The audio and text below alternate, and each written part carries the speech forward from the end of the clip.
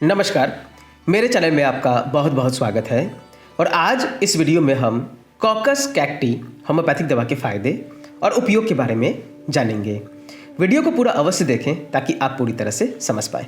तो आइए समझते हैं। वीडियो शुरू करने से पहले आपसे अनुरोध है कि अगर आपने हमारे चैनल को अभी तक सब्सक्राइब नहीं किया तो प्लीज़ सब्सक्राइब कर दें और बेल बटन को ज़रूर दबा दें ताकि मेरा हर वीडियो आप तक पहुंच सके। सबसे पहले लक्षण में हुपिंग कफ, चिपचिपा लसदार बलगम जो डोरे की तरह लंबा खींच जाए। कॉकस कैक्टी औषधि हुपिंग कफ में बहुत अच्छा काम करती है। श्वास नलिका में खुरखुराहट होती है। रोगी इस खुरखुराहट से 2:30 बजे जाग उठता है। बहुत अधिक मात्रा में चिपचिपा लसदार बलगम जो डोरी की तरह लंबा खींच जाए निकलता है। खांसते खांसते उल्टी तक हो जाती है। कई चिकित्सक गाढ़ा डोरे सरीखा लसदार बलगम देखकर कैलीबाइक्रोम दिया करते हैं, परंतु इस प्रकार के बलगम में कॉकस कैक्टी कम नहीं है। कैलीबाइक्रोम का बलगम पीला होता है, एल्ब्यूमिन की तरह साफ नहीं होता। इस औषधि अर्थात कॉकस कैक्टी का औषधि का जो बलगम है वो साफ होता है, एल्ब्यूमिन की तरह लंबा तार दोनों में खींचता है। तो कॉकस कैक्टी और कैलीबाइक्रोम में यह अंतर है कि कॉकस कैक्टी का जो बलगम है वो साफ होगा, परंतु कैलीबाइक्रोम का जो बलगम है वो पीले रंग का होता है, परंतु तार की तरह दोनों में खिंचावट होती है बलगम में। तो आप अंतर समझ में आ गया होगा कि किस बलगम का रंग अगर सफ़ेद रहे तो कॉकस कैक्टी काम करेगा और पीला रहे तो कैलीबाइक्रोम दीजिएगा तो काम करेगा। 30 पोटेंसी बिल्कुल दिया जा सकता है दिन में 3 बार। हुपिंग कफ की मैं कुछ मुख्य होम्योपैथिक दवा की भी यहाँ चर्चा कर रहा हूँ क्योंकि बहुत इंपॉर्टेंट है। हुपिंग जो कफ है, हुफ खांसी, एक संक्रामक फैलने वाला खांसी है जिसमें रोगी बिल्कुल ऐंठ जाता है। और इसमें कौन कौन सी दवा लाभप्रद है बताता हूँ। अभी जिक्र कराया है, सबसे पहली दवा मैं बता रहा हूँ कॉकस जो कैक्टी है कि रात 2:30 बजे या सवेरे इसका कष्टप्रद समय है। दूसरे समय भी दौरा पड़ सकता है, परंतु दौरा का जो पड़ने का अधिकतर जो समय है वह 2:30 बजे रात को या सुबह में है। खांसी में मुंह से डोरे सरीखे तार निकलते हैं। इसके बलगम का रंग एल्ब्यूमिन जैसा साफ होता है, मैंने पहले भी बताया है। तो ऐसे में कॉकस कैक्टी 30 पोटेंसी का उपयोग दिन में 3 बार 2 बूंद जीभ पर टपकाएं। कुछ दिनों तक लेंगे तो समस्या जो लक्षण जैसा मैंने बताया है वह पूरी तरह से ठीक हो जाएगा। अगली दवा है इपिकॉक 30 पोटेंसी में। हुपिंग कफ की प्रथम अवस्था में जब बलगम उपस्थित नहीं होता, दौरे पड़ने से पहले गले में संकोच स्पैस्म पड़ता है। खांसी के समय बच्चा ऐंठ और अकड़ जाता है, नाक तथा मुंह से खून भी निकल सकता है और उल्टी आ जाती है। तो ऐसे ग्रुप में आपको इपिकॉक बहुत उत्तम औषधि की तरह काम करता है। 30 पोटेंसी में इस्तेमाल कीजिए, दिन में 3 बार सुबह, दोपहर और शाम, कुछ दिनों तक दें तो ऐसी समस्या ठीक हो जाएगी। आगे की दवा है एंटीमटाट 30 पोटेंसी।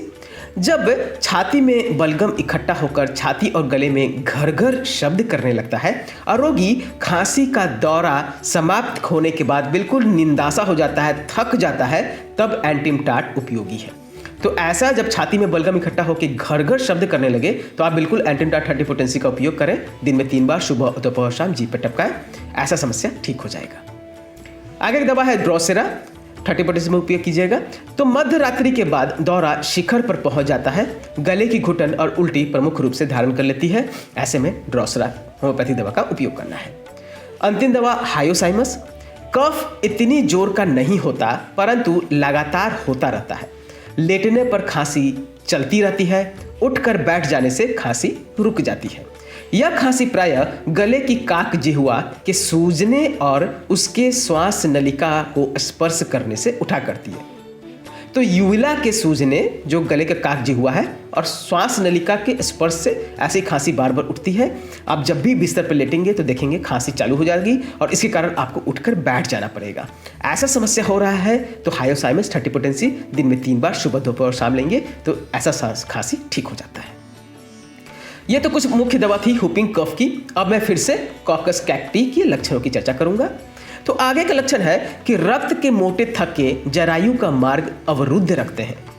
जरायु में रक्त के मोटे मोटे थक्के भरे होते हैं जो निकलने का प्रयत्न करते हैं। इस प्रयत्न में रोगी को प्रजनन सा कष्ट दर्द होता है। जब वे एक बार निकल जाते हैं तब फिर से बनने लगते हैं। इन थक्कों के बनने निकलने के कारण रोगी को पेशाब जाने की हाजत बनी रहती है, परंतु पेशाब भी नहीं उतरता है। और ऐसे में कॉकस कैक्टी 30 पोटेंसी का उपयोग करने से इन सभी समस्त लक्षणों में बहुत ज़्यादा लाभप्रद होता है। तो ध्यान दीजिएगा लक्षण कि रक्त के मोटे थक्के जरायु का मार्ग रोक करके अवरुद्ध करके रखते हैं। तो ऐसे में भी आपको कॉकस कैक्टी 30 पोटेंसी का उपयोग करना है। आगे का लक्षण है कि रोगी शीत प्रधान होता है, परंतु ठंड के कारण जुकाम आदि लगने पर भी ठंड को ही पसंद करता है।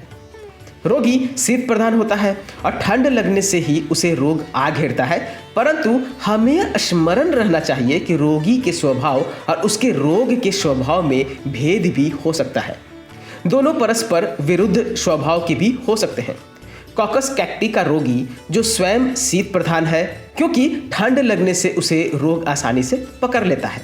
वह ठंड लगने से जुकाम आदि जल्दी हो जाने पर गर्म कमरे में रहना पसंद नहीं करता, उसे ठंडी हवा ही पसंद आती है। जबकि उसे गर्म कमरे में गर्म चीज़ें पसंद आनी चाहिए, परंतु उसका आराम कब मिलता है? जब वह उसे ठंडी हवा या ठंडा पानी मिलता है, तभी उसे इस चीज़ में आराम मिलता है।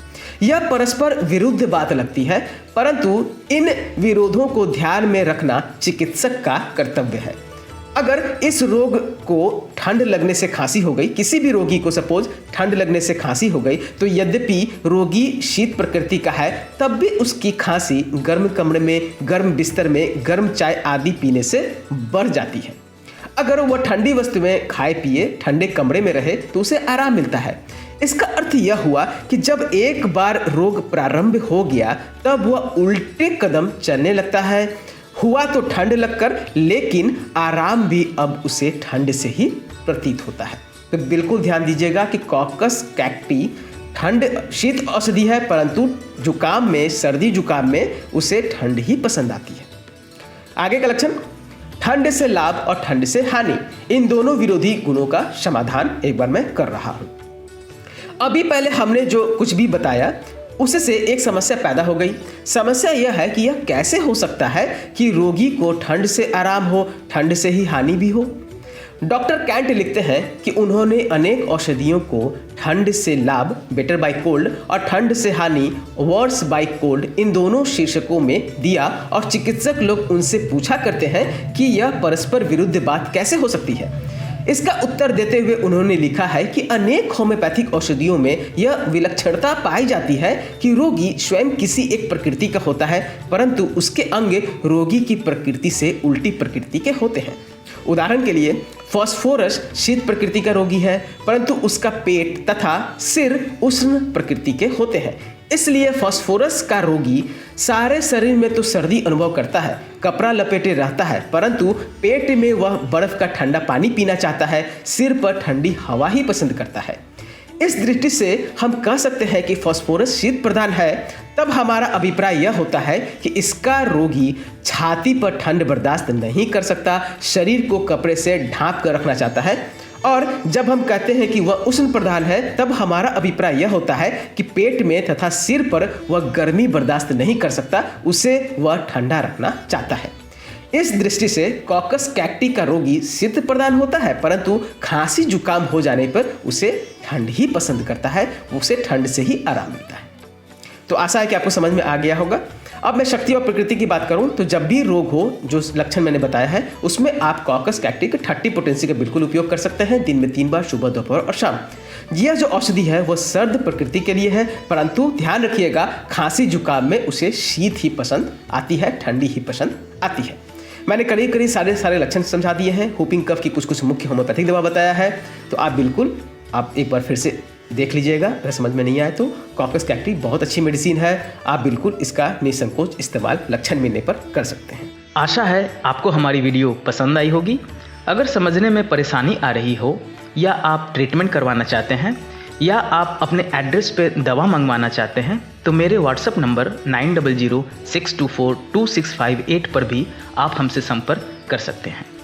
दवा आपको किसी भी होम्योपैथिक शॉप पर मिल जाएगा। 2 दवा लेने के बीच हमेशा 15 मिनट का गैप दें। खाना खाने के आधे घंटे पहले या आधे घंटे बाद ही दवा लें। कच्चा प्याज और खट्टी चीज़ों का सेवन ना करें। WSI, रेक्वेग, SBL, एडिल किसी भी कंपनी की दवा आप ले सकते हैं, सभी अच्छी है। धन्यवाद।